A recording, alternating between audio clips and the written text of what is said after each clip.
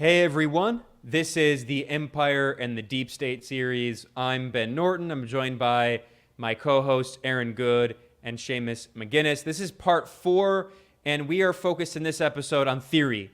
So don't turn it off immediately. This will be a theory episode, but I do think it's important, and we're going to try to make it interesting. I hope it won't be too boring. I think to understand the history of the U.S. empire and deep state and all of the other concepts we'll be discussing in this series, it is important to theoretically ground our understanding. And in your book, Aaron, I mean, of course, you do have a PhD in political science. I won't hold it too much against you. You do have a very heavy theoretical basis to your book. But like I said, I do think that's important to understand the history. And in your book, you posit this debate between hegemony and empire, right? Like, what's the difference between hegemony and empire? They're not exactly the same thing. Something can be hegemonic, but not imperial. And of course, empires tend to be hegemonic. So talk about what the difference is between hegemony and empire. And this will feed into our discussion of the kind of theoretical distinctions between different academic disciplines and political disciplines. So we'll talk about Marxist ideas of imperialism, dependency theory. We'll talk about foreign policy realism. We'll talk about international relations scholarship. This all fits together, but you started with this question of what is the difference between hegemony and empire? Right, and this comes out of the fact that when you understand how dominant the U.S. has been since the end of World War II, then the omission of these discussions from political discourse and from the academy, it jumps out at you, because I worked in politics in different ways for my, volunteering and so on, and was immersed in political discussions since I was a little kid, because my mom worked for a congressman, and I was a political science major in college. And I don't think when I was studying political science that the concepts of imperialism and hegemony came up very much in my courses, because these are, generally older men who have become established as professors at a major university. And this issue of hegemony is just not put out there. Hegemony in the generic sense just means sort of a dominant position or dominance over a particular realm of human activity. So it could be, you could define that in all sorts of ways. You could say that Darwinian evolution is hegemonic in biology or something to that effect. Or you could say that, the Copernican view of the universe is hegemonic at whatever times, so on. You could say that way. But when you're talking about international politics and hegemony, you're talking about dominance over an international scene of some kind. So it might be regional hegemony, like, for example, the Romans and the Greeks were fighting for especially hegemony over the Mediterranean Sea, those regions. And the battles with Tunisia with the Romans were really about hegemony for the Roman Empire versus this up-and-coming commercial potential empire in the Mediterranean. So this is something that comes up a good bit in terms of like empires competing with each other and civilizations who have conflicts with each other. And this could be, it's characterized in the literature and political science and elsewhere, social science.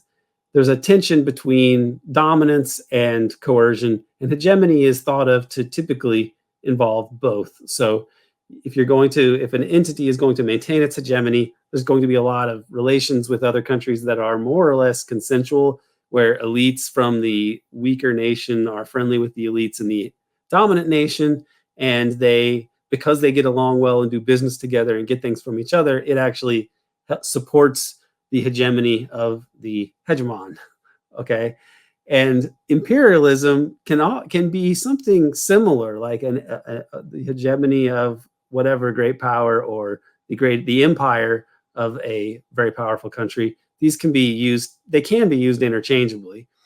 But the coercion aspect of hegemony is more emphasized when you talk about empire. And there's debates in literature about what exactly is the definition of empire, what exactly is the definition of hegemony.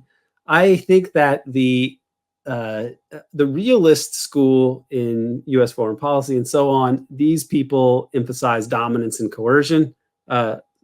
Realists in international relations, which is a subdiscipline of political science, or different comparative politics people can have a kind of more materialist basis for what they think, and then they're going to emphasize the coercive aspects, especially of hegemony, of having control over a particular realm. Other people want to emphasize the consensus parts of it. These are people, especially like what would be called neoliberal institutionalists, and they are different from the realists in that they think that this cooperation that can be pursued under a hegemonic regime is really good, and that it also gives rise to international institutions that can be even more important than states. That's kind of the argument of institutionalists in political science, or sometimes called neoliberal institutionalists, but it's not quite the same as neoliberalism in the economic world. So here again, liberal and neoliberal, these are some of the most kind of complicated and confusing terms, because sometimes they can mean different things or they can mean opposite things. If you're thinking of like liberal versus like Henry Wallace, Franklin Roosevelt, that sort of American liberalism versus classical liberalism, which is pretty close to libertarianism, they mean very different things, right? So the people in political science who emphasize coercion are the consensual aspects of hegemony are the neoliberals, and they have a position where they're arguing that for example, that a hegemon can be perceived as legitimate by other countries because their rule by and large is considered good for everybody. And so this is if you can create that notion, you're on your way to having a lasting, powerful influence over other countries. So this is different from empire, which is more about dominance over other countries. This definition is also disputed, but presented differently by different people. But maybe one characteristic that is kind of common among political scientists and social scientists, if they do talk about empire, they'll say that empire is really an empire dominates the external and internal politics of subject nations, where perhaps hegemony is more control of the international system, but not in a coercive way where you're literally dominating other states. That might be one way that they sort of characterize it. But one major takeaway is that this is a very, very important issue to understanding power and politics in the world, and it's very underemphasized in U.S. academics, in academia, because America is the empire that pretends it's not an empire. And I think that trickles down to the way that university professors think about things and the way that they write about things. If they want to get published in the top journals, if they want to get good tenure positions, you don't want to be, Gramsci or Karl Marx or C. Wright Mills or Noam Chomsky, if you're looking to ingratiate yourself with the academic establishment. And so this is why I took a good amount of time in the book, not 10 pages or so, or maybe probably less than that, but hashing all this stuff out after doing all this research on it, because you're supposed to cover these things in a dissertation. You're supposed to have a literature review, and my subject is vast and huge and dealt with a lot of areas. So the lit review I had to do a lot of it. And for empire versus hegemony, spent a good bit of time on this just to hash out these major definitions and place them really at the center, so that going into the book, people, if they haven't studied this stuff in depth, will be able to get a good understanding of what we're talking about with imperialism and with hegemony. Ultimately, I come to the conclusion, or I surmise, that the way you want to describe the U.S. is as pursuing a policy of imperial hegemony since the end of World War II, and that they've tried to manage that. And then that's been the key thing to understand about the U.S. and U.S. politics, especially international politics.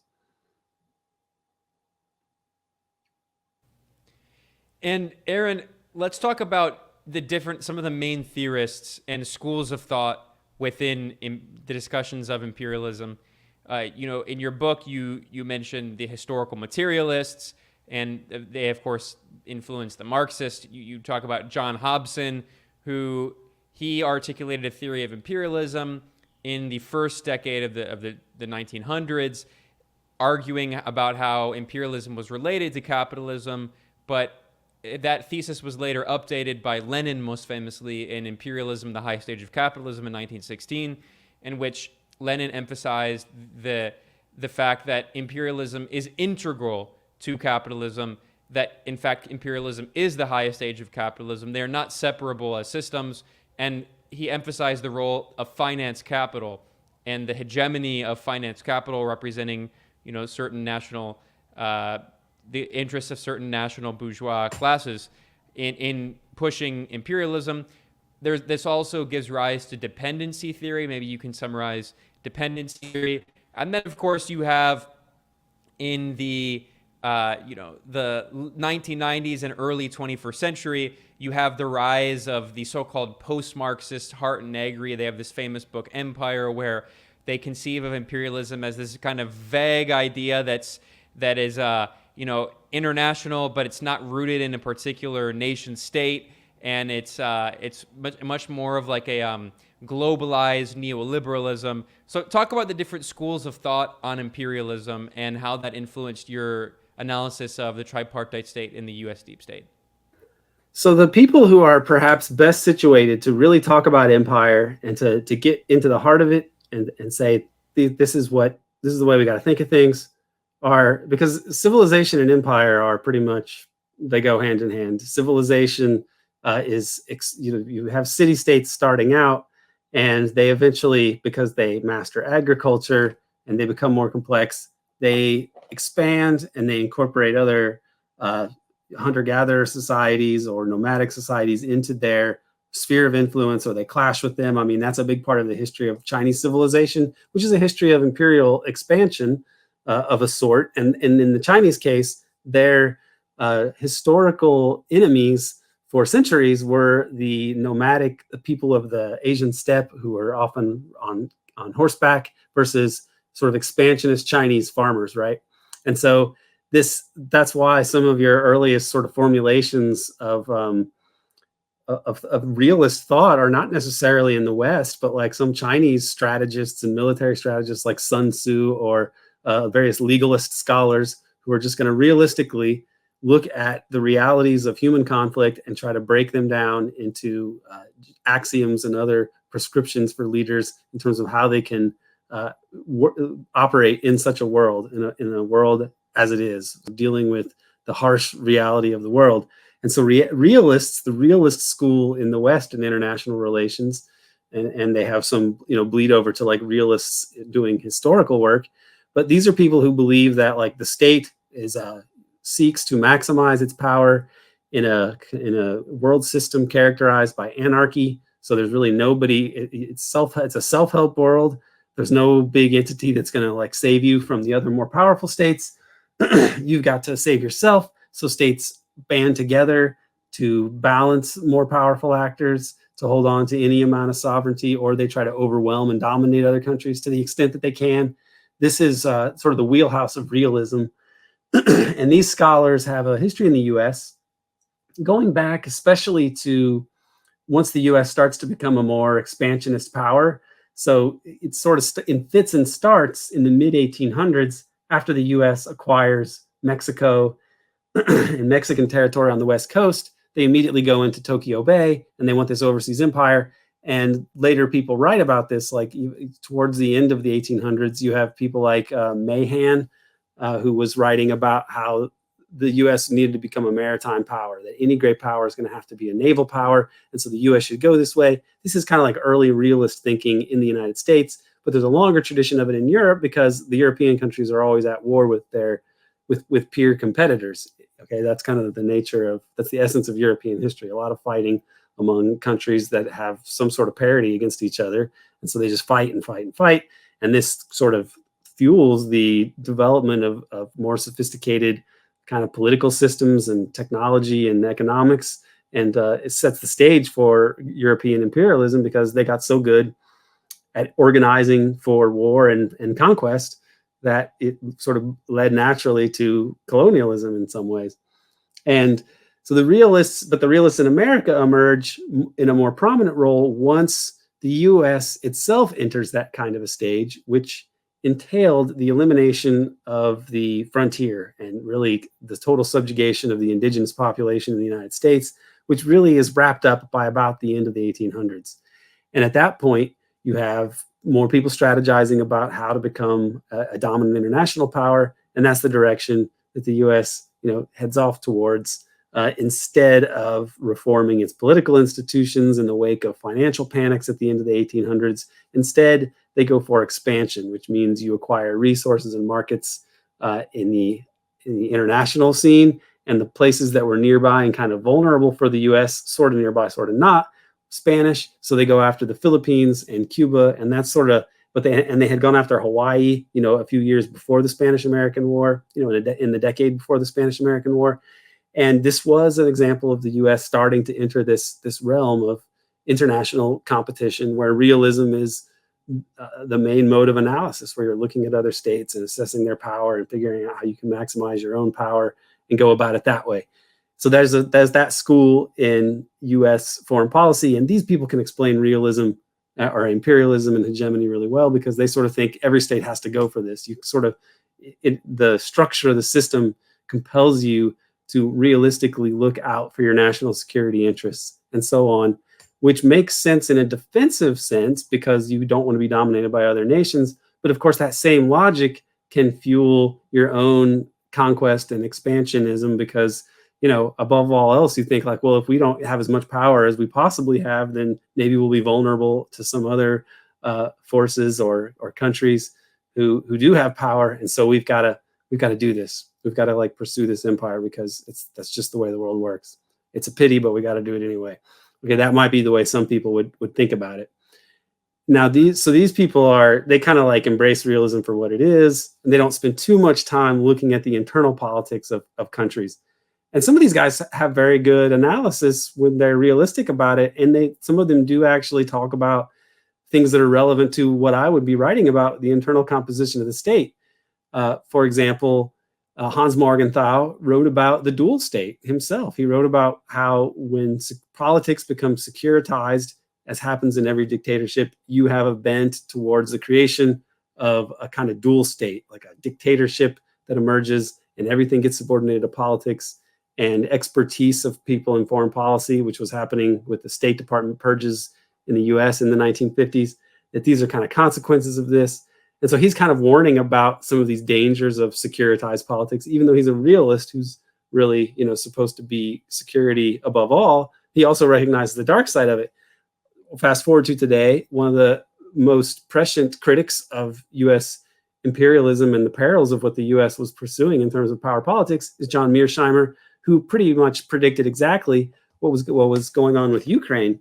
And if you could look back at 2014, 2015, it's funny because you can see John Mearsheimer, who's just a realist who is not at all a leftist. He just writes about realistic politics in the international scene and power politics. And he said that there's no way Russia is going to accept a Ukraine being turned into a militarized bastion of the United States right on its own border, that the U.S. is going to wreck Ukraine by doing this. And he ended up being proven correct about this. Ukraine's economy is devastated and a lot of people are dying there. And it's really terrible and it's totally predictable. And it was predicted also by John Pilger, who wrote in The Guardian just a couple months after the coup saying like, they're really screwing the Ukrainians. And if Putin steps into this role as the international villain by attacking the Ukraine, then the West is going to depict him as the villain of all villains and so on. And they will totally omit their own role in the coup that they staged, which has brought all this about. So you can be a realist and look at this real world situation like John Mearsheimer and come to this conclusion. And you can be a leftist like John Pilger and realize the same thing, because they're really looking at the same kind of political situations. So you can look at these things from different perspectives, even almost opposite perspectives. But if you want to be tethered to the real world, then you're going to notice that there are going to be consequences that are predictable for certain actions. And so even if you're a leftist, like Pilger, you want to ground your analysis in realism when you think about it, because who would argue against that? Whatever the problems are with certain people who've called themselves realists over the years, who was going to say like, oh, realism is bad? But that's sort of some of the arguments that you've seen from liberals saying like, well, John Mearsheimer, he just thinks that everything is all cold and all about power and security, but he doesn't see these like, these really noble ideals that guide foreign policy. He doesn't understand like how important sovereignty is. But of course, if you're halfway clued in at all, you realize how ridiculous that is, because what sort of, ethos or creed that these liberals support would like justify, staging a coup, including the use of Nazis, for example, to install a regime that you would like there's no liberal that can defend that. So what do? They just say, oh, that didn't happen. Didn't happen. We're the good guys. Putin doesn't respect sovereignty. Mearsheimer's cynical. We need to send more weapons over there, right? So this is like, these guys are important for understanding hegemony and imperialism realistically. Well, you know who can also come to that same conclusion, even without the theoretical basis, is the former U.S. ambassador to Russia and current CIA director, William Burns. I mean, it's incredible how, speaking of erasing this history, how little this diplomatic cable is known that is called Niet means Niet. That's no means no. Russia's NATO enlargement red lines. This is a U.S. State Department cable we have from 2008, formerly confidential, written by former U.S. ambassador to Russia, William Burns, in which he says very clearly, of course, we have this only thanks to WikiLeaks, and this is why journalist Julian Assange is being tortured in a British dungeon right now and is going to be extradited to the United States. But in this cable, we see that, again, current CIA director, former U.S. ambassador to Russia, William Burns, wrote very clearly that that if Ukraine becomes part of NATO, as was promised in the Bucharest summit in 2008, he said, quote, "In Ukraine, these include fears that the issue could potentially split the country in two, leading to violence or even, some claim, civil war, which would force Russia to decide whether to intervene." So, yeah, I mean, you don't even have to be a realist or certainly a leftist to understand this. You can be a U.S. ambassador, but of course, if certain decision makers in Washington don't like what you're saying, they're going to ignore your warning. But anyway, Seamus, I don't want to get too far adrift here. Seamus, I know you wanted to chime in here specifically about the different schools of thought about imperialism. Yeah, so I think you did a great job laying out, the more general arc of thought around imperialism. And I think this will bring us sort of full circle back to the Marxist tradition, specifically the dependency theorists.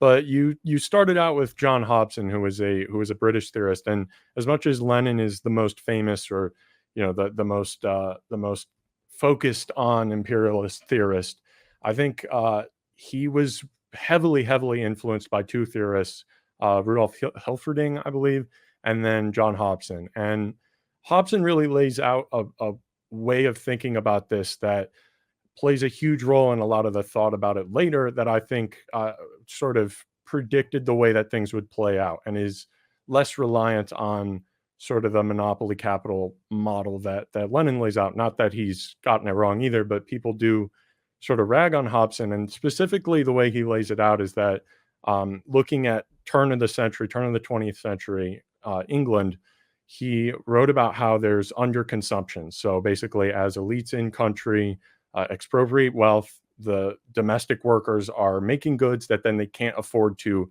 purchase the value back of, to make it super reductive. And so there's some excess of money, there's underconsumption, and the elites have too much money to burn, essentially. And they got to find an outlet for it. And where they find their outlet is abroad. They turn to the colonies, they pour money into infrastructure and new businesses, foreign direct investment as we know it today.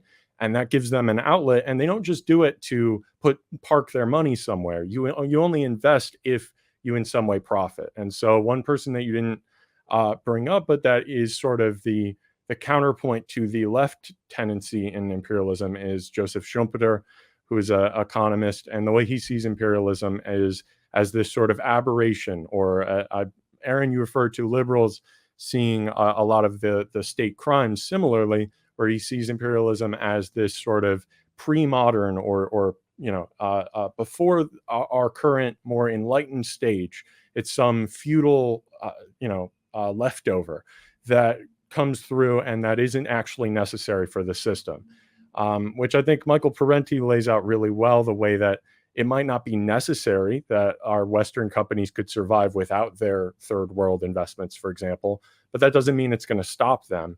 Rich people have no problem. They might have, Jeff Bezos has enough, but he keeps going anyway. So it functions in a way where maybe you can look at it and say, well, it's not necessary and we could get rid of imperialism, so it must not be innate to the system, but it is an inevitable, and it occurs without fail throughout the history of the last several centuries in a very specific way. And so I just wanted to sort of talk a little bit more about that, because Hobson specifically calls imperial or financiers in heavy industry, so what we call the military industrial complex, as Aaron, as you pointed out, some theorists tend to not look enough at the internal politics, that he developed a theory very early on without being a Marxist as to how the political economy plays out. And the more that you have imperial output, the more you need a war machine, which is inevitably going to warp your system more and require you to, as we see today in America, it's exactly what happens.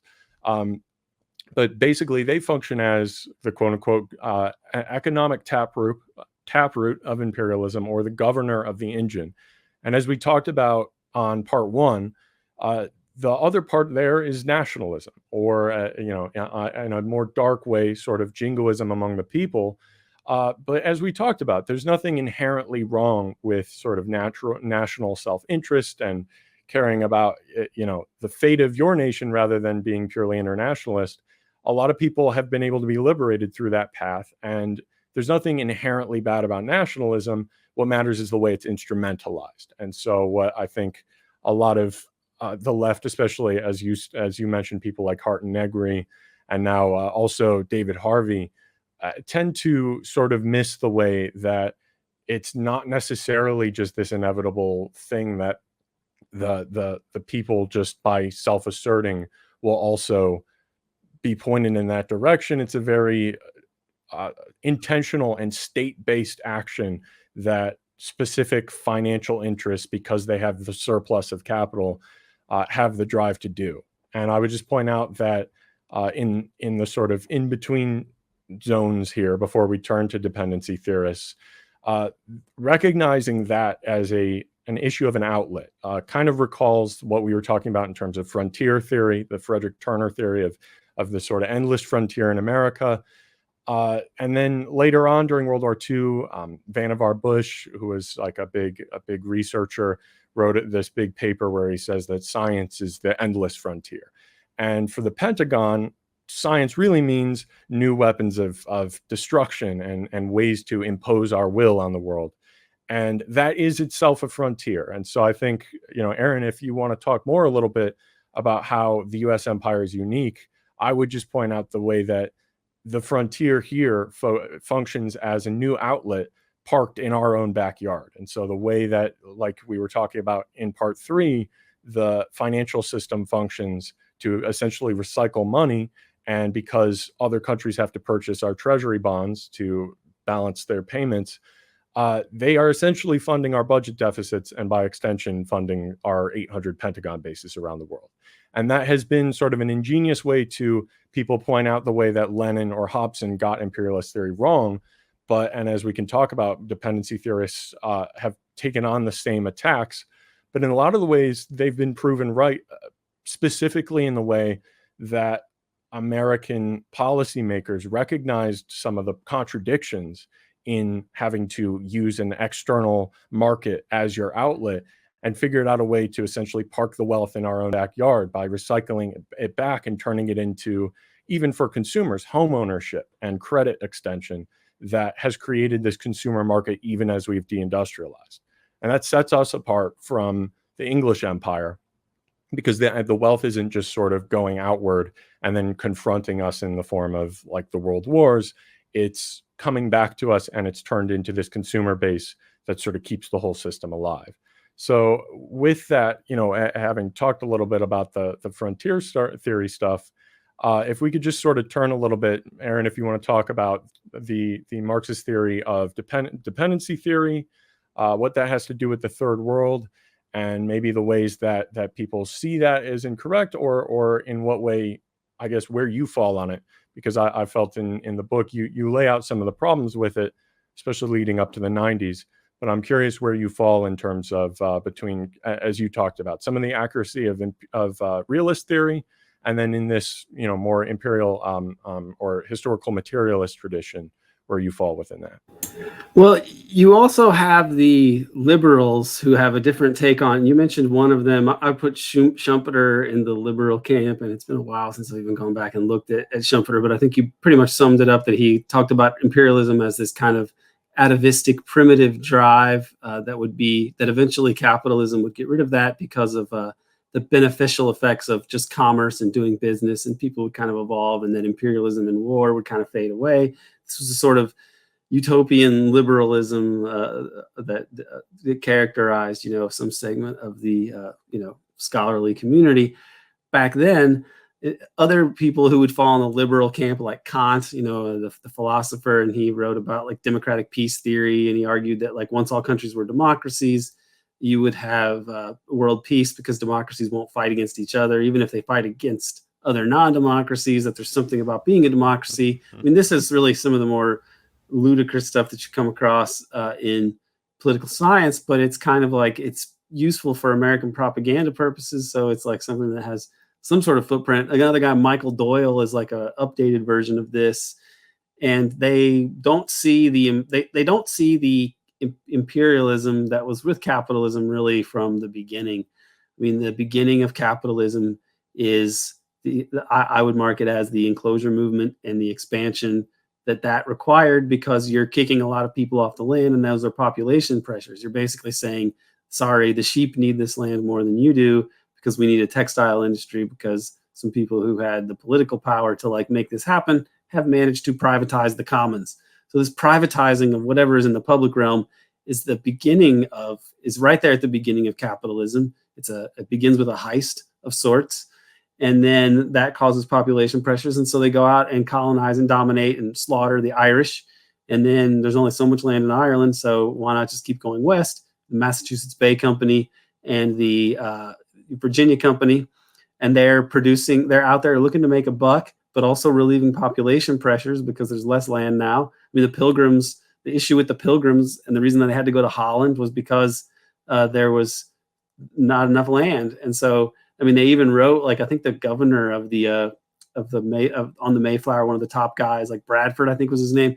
He wrote, if I recall correctly, that like, oh yeah, in England, a sheep is worth more than a man, and that's a reference to the fact that they had taken all the land and forced people out that way. So the idea that imperialism, even Lenin saying that imperialism is the highest stage of capitalism, I think that in a way that suggests that like there was some capitalism that evolved into imperialism, when it's been right there from the beginning or very close thereafter.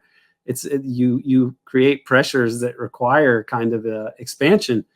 And so the idea, Hobson's is not coming at it from a liberal point of view. He's actually a materialist of sorts. He's pointing to economic motivations and the fact that underconsumption does create tensions and problems, which it did in the United States. And with the closing of the frontier, you don't have the frontier as a safety valve or as a pressure valve for other forces in society that are not brought into the capitalist economy and the emerging industrial economy.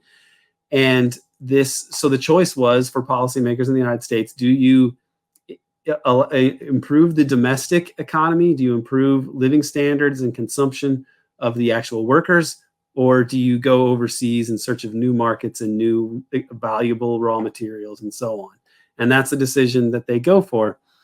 And so the historical material, the liberals are kind of in denial about the way that democracy and liberalism are inextricable from imperialism. I mean, that's one of the key defining characteristics of liberals, is denial of imperialism, the coercion, the violence, the expropriation that is a prerequisite for the liberal project, as it were.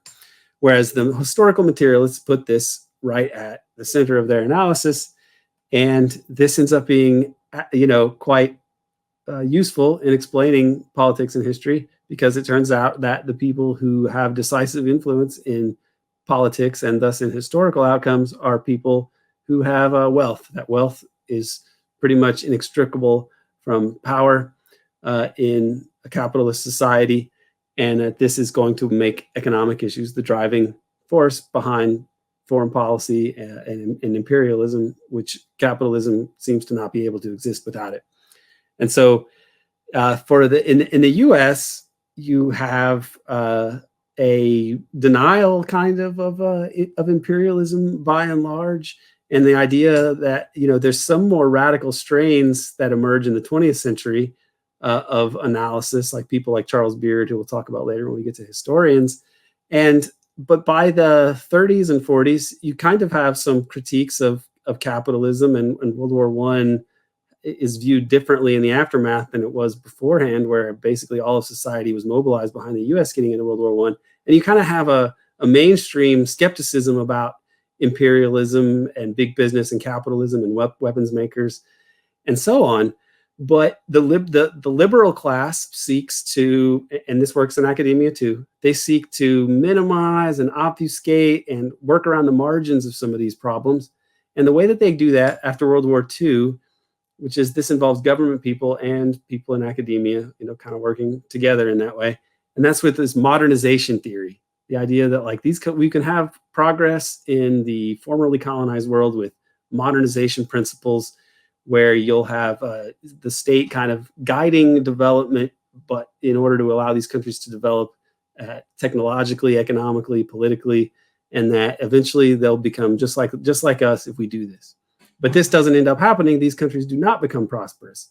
And so in order to explain why they don't become prosperous in this system after World War II, why the global South is still struggling and exploited, is you have people like the dependency theorists, okay? Like I think Gunt was the name of one of them maybe, and other people who were writing in this era about, they come up with this idea of dependency, basically that you have a core, imperial core, and the local scene is the periphery, right? And this is where alliances between the elites in these colonized or imperialized countries are friendly with elites in the metropole, in the empire, in the imperial capitals. Okay, so the people out in the hinterland are friendly with the people in the core, the elites, and this is how imperialism sort of operates.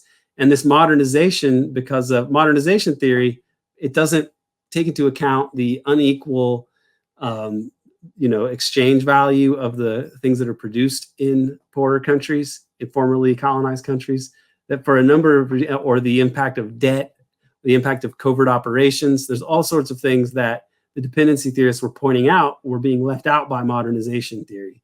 And the most obvious one, when you read people who are like critics of modernization theory and dependency theory as well, people like Sam Huntington, writing Political Order and Changing Societies, writes that, there are military coups that will come about if you try to modernize too much. But they ignore the fact that the U.S. is behind these. They just say, oh, if you try to modernize too much, then the military might exercise a veto, and the military can have a veto coup, and that's why you have a slide towards dictatorship in like Latin America, for example.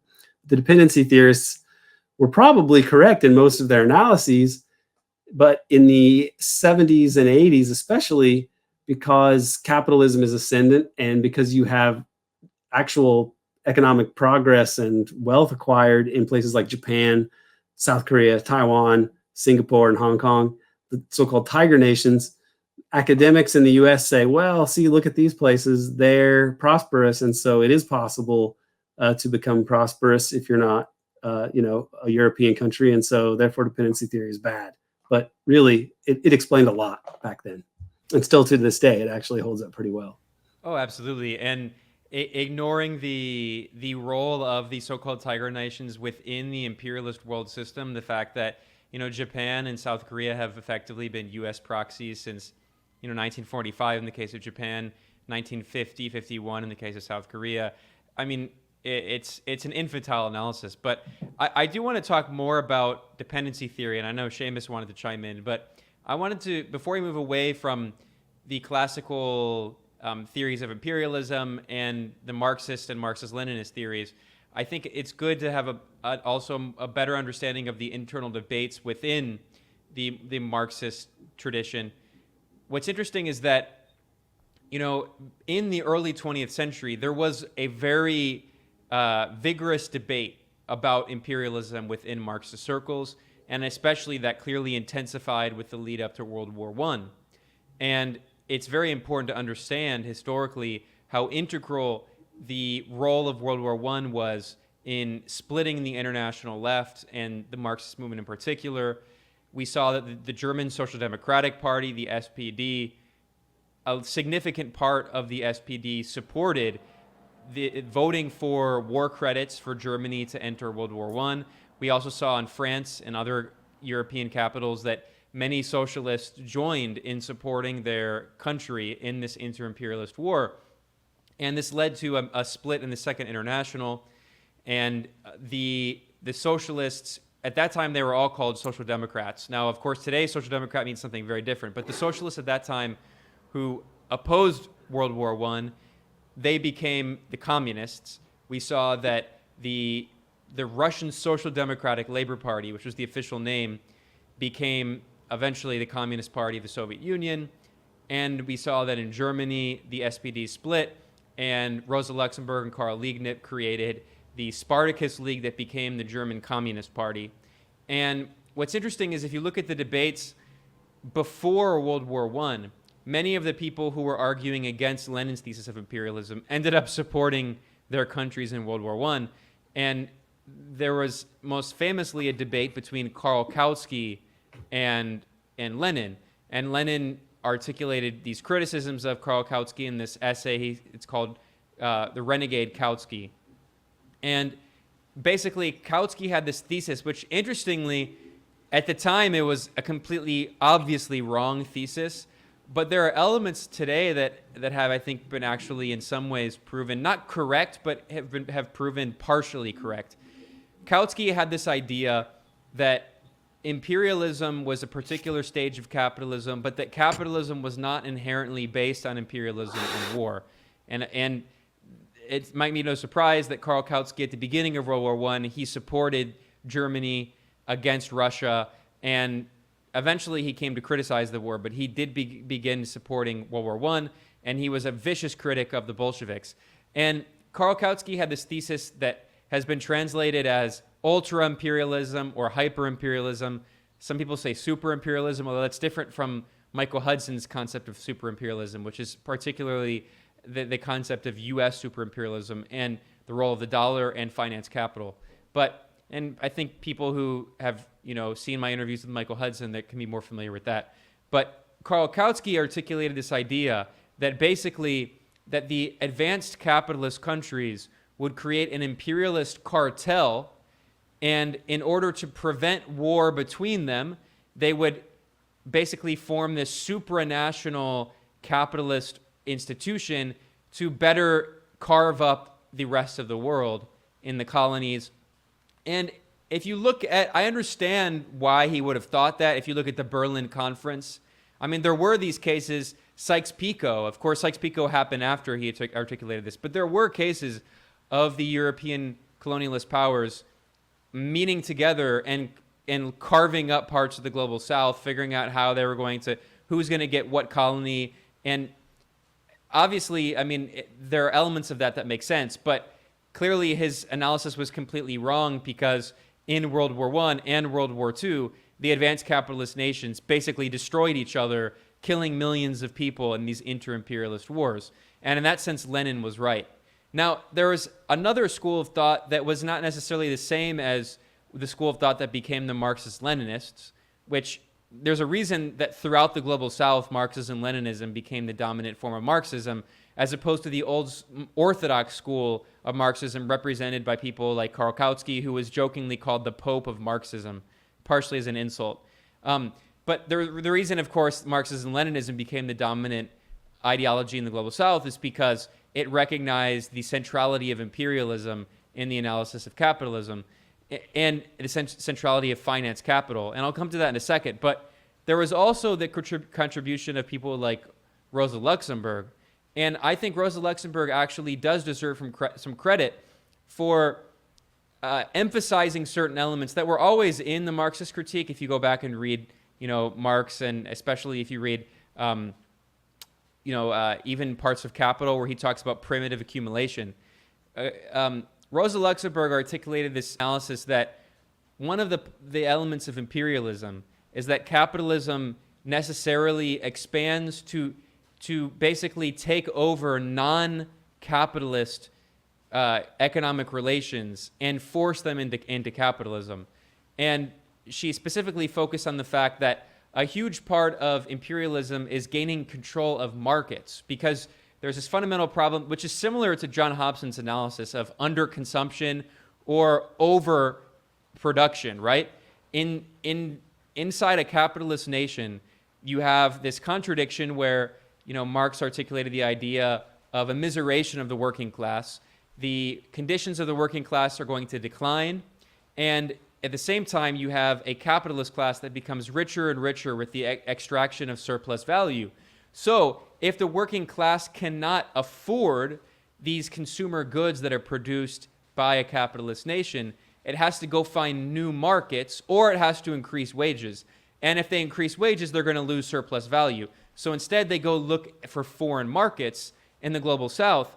And if we go back to this graph of dependency theory, this, I think, really articulates the centrality of exporting goods from the imperial core to the periphery, because it's not just about exploiting the natural resources of the periphery. That's obviously a key part of it. But it's also about exploiting the markets of the periphery. And we see this where the U.S. is actually a major agricultural exporter. And why is the U.S. exporting agricultural goods to Haiti? Haitian farmers should be able to produce their own food. But of course, it's about extracting resources from the global south and controlling the markets of the global south, because all of that surplus value in the imperial core needs to be invested somewhere, and they can invest it in the global south. And Rosa Luxemburg emphasized how this led to the destruction of feudal relations in countries that were largely based in agriculture and, this kind of peasant-style agriculture with large landlords, and forcing those countries into capitalist development. And we see this very clearly in a country like India, right, where a huge part of India's development, and especially since the neoliberal turn of the Congress Party in the 1990s, has been basically destroying feudal conditions in the countryside and pushing farmers who had subsistent farmer relations in these kind of either feudal or even communal style economies in these local villages. Well, they're pushed off their ancestral family land, and then they're pushed into the urban slums where they work for wages. So this is part of this analysis that I think actually Rosa Luxemburg, in many ways, she was very prescient in understanding the rise of dependency theory without understanding it in the way of dependency theory that we see it now. I think she really understood how central control of markets and the destruction of non-capitalist relations in especially rural areas was to understanding imperialism. The last thing I'll say here is that another reason I think that Lenin's analysis is still so prescient today is because he emphasized the role of finance capital. Because, of course, finance capital was something relatively new in capitalism. I think you're right, Aaron, that the entire history of capitalism is a history of imperialism, but Lenin articulated a different understanding of imperialism, because Lenin obviously understood that there always were empires, clearly the Persian Empire, the Roman Empire, but he was arguing a specific definition of imperialism based on finance capital. And Lenin, I think, correctly argued that when you have the concentration of capital and this crisis of overproduction and underconsumption in the imperial core, well, another way for capitalists to invest that surplus value is not only to send it into the periphery, away from the imperial core into the periphery, but it's also investing that in finance capital. And that was one of the things that Lenin saw, that a lot of this capital was being concentrated in finance, not in production. And in that sense, Lenin was extremely prescient. And I think that in many ways, Michael Hudson continues Lenin's analysis by understanding that with the financialization of capitalism, that's how you get to the ultra-monopoly capitalism we're talking today, where capitalists don't even invest their capitalism in production in the global South. They're no longer investing in sweatshops, right? They're no longer pushing farmers out of the countryside to work for wages in sweatshops. Instead, it's all finance capital. And I think that really explains that although dependency theory is absolutely still a valuable model for understanding, all you have to do is look at these countries that are based on extraction of raw materials. They export their raw materials to the imperial core where the goods are processed and then sent back to the periphery where they're consumed. Well, if you also throw in the element of finance capital, I think that really explains where we are today. Right. I think you raised some super important stuff in there. For one, I mean, just to talk a little bit more about Michael Parenti, because he's, just in terms of the way he puts it, he might not be the most in-depth mathematically. I think there's some good work by Zach Cope on that. But specifically Against Empire, his book, I was just looking through it today for this. For one, you brought up India. In about two and a half centuries of exploitation between Britain and India, as you brought up, not only do they get brought into the urban centers, they develop a textile industry, they export all of their goods to Britain. That's where their consumptive center is. Then the British textile industry becomes profitable. And what happens? The British suddenly care less about free trade than about their domestic markets. They put in protectionism, and India the textile industries close. And it sends everybody who had been, trying to survive out in the more of a peasant class back out to the land with less land to go around. Now, when he talks about, Aaron, you mentioned something that I think is pretty parallel to this, the question of development theory, and specifically like modernization. When we talk about countries as being, quote unquote, underdeveloped, the way Parenti puts it is that underdevelopment is a state of development. It's a very intentional. It's not, oh, they're lagging behind. It's not a lack of productivity. It is very intentionally set into these conditions because it's overexploitation, he says. Exactly. There's a wonderful, the yellow Parenti lectures. The countries are not poor. You don't go to poor countries to make money. It's just the people that are poor. There's plenty of material wealth and specifically resources to go around, but they are overexploited, not underdeveloped. But it's also, I mean, there was a whole, split of division of labor and cultures and everything that when, as he quotes, when Marx and Engels say that the bourgeoisie has to make the world in their own image, what do they mean by that? They mean that they have to turn abroad and they try to expand out, as you said, to control every single market. And so that breaks down self-sufficient peoples and makes them dependent. It makes them dependent, like in Cuba, on monocrop economies.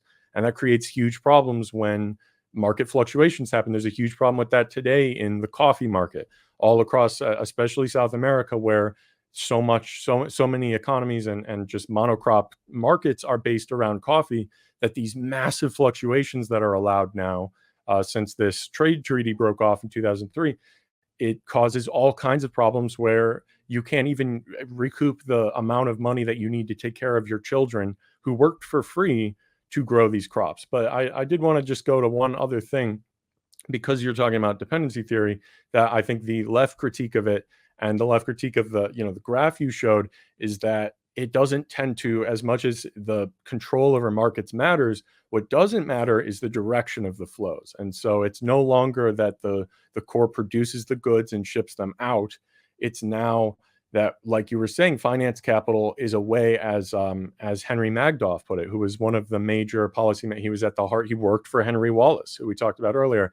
He was really at the heart of developing this U.S. economic system during the war. He later became probably the best, 60s and 70s U.S. theorist of this, where he pointed out that finance capital specifically is the best way to create and expropriate profit and create profit out of nothing, to basically take wealth from the global South and bring it to the North without needing an industrialized economy and without needing the sort of direct development theory, question of having your industry and then exporting the goods. Because today, how else? I mean, and that's, as Aaron pointed out, liberals cannot explain this problem. Why is there more capital coming into the U.S. and also more goods. Why do we purchase all these things? And you raised a great point. A big anomaly there is food sovereignty. But outside of agriculture, the US ships in more goods. It pays out all this money for the Pentagon, but also just for consumer goods. And it has all this capital come in and enriches Wall Street. How is that possible? It's possible because of the structure of the system, specifically, as you sort of alluded to, global labor arbitrage. And that is specifically characterized as the free movement of capital, but not of labor. And I think that the best example of that is along the US-Mexico border. You have cities like Juarez that are these exclusive economic zones. And in most trade treaties now, especially things like NAFTA, create these zones that have zero tariffs, and it's very easy, it's cost-free to trade. And so that means that capital can move freely from the US to Mexico to create a factory. The goods can be made and brought back with no extra costs of tariffs, et cetera. But when people try to cross, what happens to them? They're arrested or they're literally hunted. And that is a very specific way that system is meant to work, so that you have wage differentials to where it's hard to calculate it, but anywhere from 20 to 30 hours have to be worked in the global South for 1 hour worked in the global North, or in the first world, the US and its aligned European powers, and then aligned East Asian powers, like we talked about. So that is sort of the way that when people argue that maybe dependency theorists got it wrong, it's specifically the way that these flows went from going outward and being a story of dependency dependency on the global North, to this financial vortex where everything gets pulled in to this American consumer class. That is the reversal that happens, that makes it hard for when people like David Harvey argue about imperialism, and just in general on the left, why it's such a tough category to have analytically. It's because if you categorize it one way back in 1900, the way it worked then, before finance capital had fully developed, then you get to its mature stage. And then people like John Bellamy Foster at Monthly Review have argued we're now in quote unquote late imperialism, which is to say that we're returning to the state, as you talked about, of interstate competition and of breakdown in the unipolar world, but also just in the conditions that have created that sort of multinational cartel up to this point. And so I think that's what makes it such a tough issue, is because if you try to categorize it one way and try to simplify it for people and say, oh, well, it's this flow of goods this way and flow of capital that way, and it's this dependency, it has reversed, because it's not really dependent on, it's just expropriation by any means, by any mode of practice, not just through, for example, the means of production. And so once we broaden our understanding of that, I think that's really key to seeing the way that imperialism is very flexible, that it, as Aaron said, it's endemic in a way that we have to be willing to broaden, but also see the very intricate differences in the way that it functions for different empires, even since the birth of capitalism, but especially even across the American century. Yeah, I would we can talk about the structural aspects of it and the positions that it puts these countries in, and I think that that's important to do. When you talk about the food situation with the U.S. subsidizes agriculture with knowing, and Michael Hudson's done a lot of work on this, knowing that there are massive surpluses in the U.S. So a lot of times what ends up happening in like places like Jamaica or Haiti or Honduras is dumping. They're basically like, here's a bunch of free food. And it's not like the U.S. could just get rid of that food. I mean, they sell it for less than it would cost to produce it, but it's for national security reasons, because they actually understand that that structural factors of the economy can be used to create the ideal conditions for capital to maximize its profits. So there's a great movie on this, Life in Debt. It's about Jamaica.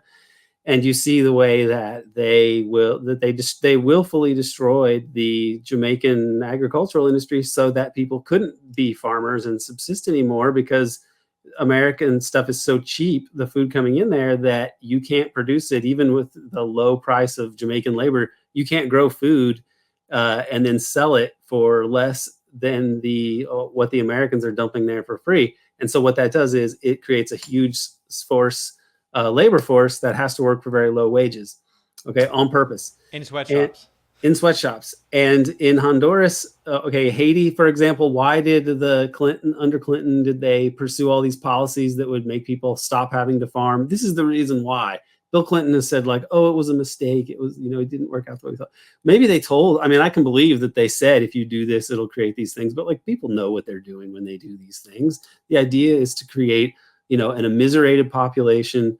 And whereas local farming and people producing their own food to eat is actually economic activity taking place that doesn't make anybody any money.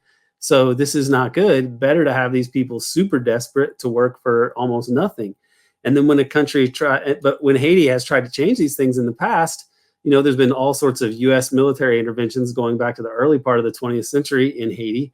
And the George H.W. Bush overthrew the Haitian government in 1991, overthrew Aristide, using drug proxies, drug-connected CIA proxies to do that. And then he comes back in the 2000s and George W. Bush overthrows him again.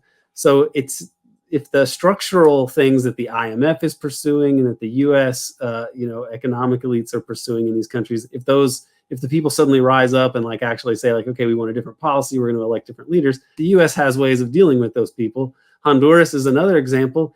They tried to raise the minimum wage.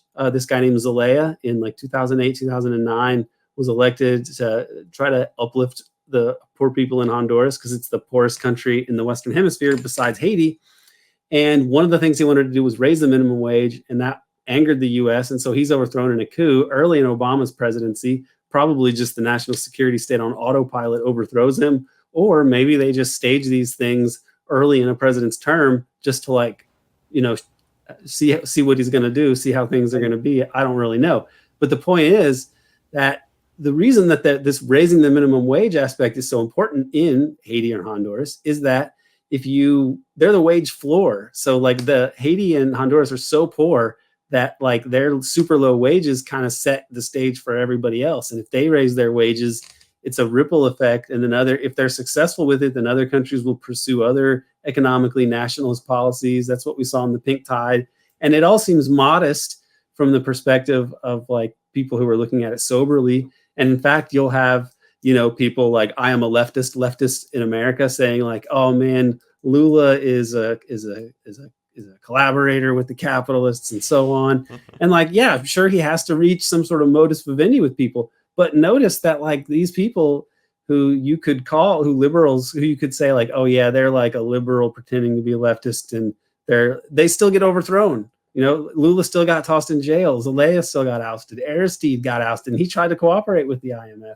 So it's like they have very little room to maneuver, and that's the power of U.S. hegemony, is the fact that they create the structure where you don't have very much room to actually try to go improve the material conditions of the population. And the more overtly imperialist side is like, well, if you as a leader don't do what we like, we're going to send in some drug trafficking, proxies to come in and destabilize your country and overthrow you. They did that to Jamaica in the 70s. They weren't successful in overthrowing Michael Mann in the 70s, but by the time the dust had settled from all their covert operations, the economy was in such bad shape that he was forced to do whatever the IMF said, and that was the end of his socialist project. So this is something that is willfully maintained, a system of imperialism. And you can, by looking at these cases, you can understand the power of the more things we associate more with hegemony, meaning like structural powers established internationally, but then outright imperialism, where the U.S. is like, okay, you can't do that. Send in the CIA or whatever, or let's steal an election, or get just to get the outcome that we want. So this is where these concepts are unfortunately timeless. And I tried to lay these out as best I can in the book without it being too tedious. So it's hopefully either interesting or mercifully short if you don't think it's interesting. That was at least what I was going for. Aaron, real quick, right before we go here, I just want to say, because you brought up Honduras, not only does Hillary run the coup there, but then I think Honduras is a great example of sort of the proof that the people who say, oh, the U.S. empire used to do that stuff, not anymore. I mean, it just recently came out that I forget his first, I want to say Juan Hernandez, the president of Honduras until It came out that we were fully aware that he was a major drug trafficker for the region for that entire time of his presidency.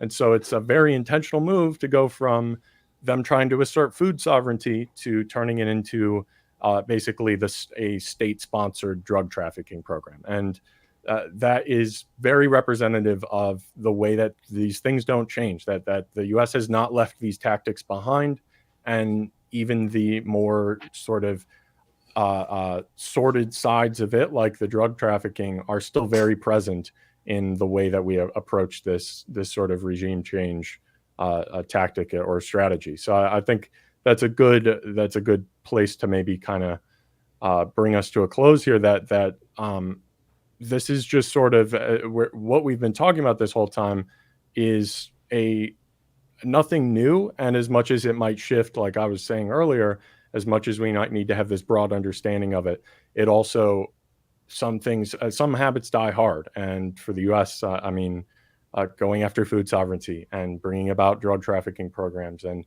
making sure that any basic sort of social democratic system is out of the question in the global South is just a long-term solution to the contradictions that our system faces internally. Yeah, I mean, we could obviously spend many hours talking about this stuff. This is what I do every day. But just before we conclude here, I'll say, I was in Honduras on the 10th anniversary of the coup in June 2019, and I produced an interview with José Manuel Zelaya, the overthrown president. And he also said a few important details in that interview. He said that he was threatened by the Bush administration even before Obama came in, saying that you cannot have relations with Hugo Chavez in Venezuela. And the key turning point was him joining the ALBA, the Bolivarian Alliance, which this is an economic alliance in Latin America aimed at removing the United States from trade agreements. Basically, the U.S. wants to be the intermediary in all trade in Latin America. It doesn't want Latin American trade between Latin American nations, between inter-American trade. And the ALBA has also aimed at ending U.S. dollar dominance in the region. The ALBA created a new currency called the sucre for trade in between different nations. It was largely used by Venezuela and President Rafael Correa, who was, of course, betrayed by likely CIA asset Lenín Moreno, who was his vice president, who did a complete 180, became a right-winger, and withdrew Ecuador from the ALBA. And then, of course, immediately after the U.S.-backed 2019 coup in Bolivia, Bolivia left the ALBA. And, of course, after the 2009 U.S.-backed coup in Honduras, Honduras left the ALBA. And, of course, the ALBA includes Venezuela, Cuba, Nicaragua, Caribbean nations. And in that interview, he also said that John Negroponte was the man who began, of course, in the Bush administration, and someone who oversaw the Contra death squads in Nicaragua in the 1980s. John Negroponte started the coup in motion, and then, of course, when Hillary Clinton came in the first Obama administration as the head of State Department, she carried the coup out. But just before we conclude here, Seamus, I'm glad you mentioned Juan Orlando Hernandez, who's known in Honduras and Latin America overall as Ho, J-O-H, which you pronounce Ho. I just did a separate report, a video at Multipolarista and a podcast after reading through John Bolton's book. After he made those comments on CNN, it's perfect for our discussions about, this criminality, where John Bolton casually says in this interview on CNN with Jake Tapper on July 12th, oh yeah, I have organized coups. It's very difficult work. I'm just casually admitting it. And of course, he mentions Venezuela. Well, I went through his book, his memoir, The Room Where It Happened, and I showed all the U.S. role in the coup in Venezuela. But I was reading through it for this video yesterday, and I came across this hilarious moment, which is a good, funny note to end on. This is from John Bolton's book, The Room Where It Happened. He's talking about, he has an entire chapter dedicated to the coup in Venezuela, and he's talking about how he was praising Honduras because Honduras recognized Juan Guaido as fake president of Venezuela. This is the U.S. coup puppet. And he says, I also met in my office with Honduran President Juan Hernandez. His actual name is Juan Orlando. But anyway, Juan Orlando Hernandez. And Bolton says he was similarly optimistic in contrast to the situation in Nicaragua. It's very funny. This has not aged well at all because, of course, now the Biden administration extradited Juan Orlando Hernandez to the U.S. for trafficking thousands of tons of cocaine and machine guns. And his brother, Antonio Hernandez, is already in prison. And he personally got $1 million from El Chapo Guzman and used that money to rig the Honduran election, to steal the election on behalf of his brother from the right-wing National Party, Juan Orlando Hernandez. So, I mean, this was, of course, a bipartisan operation. Juan Orlando Hernandez became president under Obama, so Obama supported him, and of course, Vice President Joe Biden supported him. There's photos of Biden smiling with Juan Orlando Hernandez, announcing his plan for Central America, and of course, Trump supported Ho as well. But another quick note before we conclude, just because I'm on the subject of John Bolton's book, there's also a funny thing here where he mentions who his role models are at the beginning of the book. And he says he doesn't like labels because what he's clearly referring to is he doesn't like being labeled as a neocon because, John Bolton is the arch neocon. He was the director of the Project for the New American Century. So he says foreign policy labels are unhelpful except to the intellectually lazy. So he doesn't like being called a neocon, but he said, if pressed, I like to say my policy was pro-American. I followed Adam Smith in economics. I doubt he's even read Adam Smith. Edmund Burke on society, the Federalist Papers on government, and a merger of Dean Acheson and John Foster Dulles on national security. So, I mean, for people who can I just add that he also mentions Barry Goldwater there, and if you're gonna say Edmund Burke, Dean Acheson, John Foster Dulles, Barry Goldwater, I believe that is what the kids would call the nightmare blunt rotation. And I can't think of a worse group than that. And yet there it is. Yeah, no, I mean, for people who have listened to the first part of the series, they probably already know who Dean Acheson and certainly John Foster Dulles are. And those names are going to be etched into your minds by the end of the series. I mean, for me, it really reflects the fact that John Bolton, architect of the Iraq War, who was called for a preemptive strike on nuclear-armed North Korea, who constantly calls for bombing Iran. The fact that when he is given an opportunity in his own book to name his political mentors, he names Dean Acheson and John Foster Dulles. Well, I mean, he just makes a point for us. So job done. Any final thoughts before you wrap up? I think we should leave on that. That's pretty profound, and I'm glad we were able to cover empire this way. And it was actually kind of fun, so that's a good sign. Yeah, I mean, we could spend many hours on this. Of course, we'll be talking about these topics much more in the future. But I'll say that if anyone who wants to support this series, they should go to patreon.com/American Exception and also patreon.com/Multipolarista. Join, become patrons. Of course, this show will be available for patrons on both of those programs. And then you can also find the other parts of the series. I'm looking forward to it. This is the Empire and the Deep State series. I was joined by Aaron Good and joined by Seamus McGuinness, and we'll see you all next time.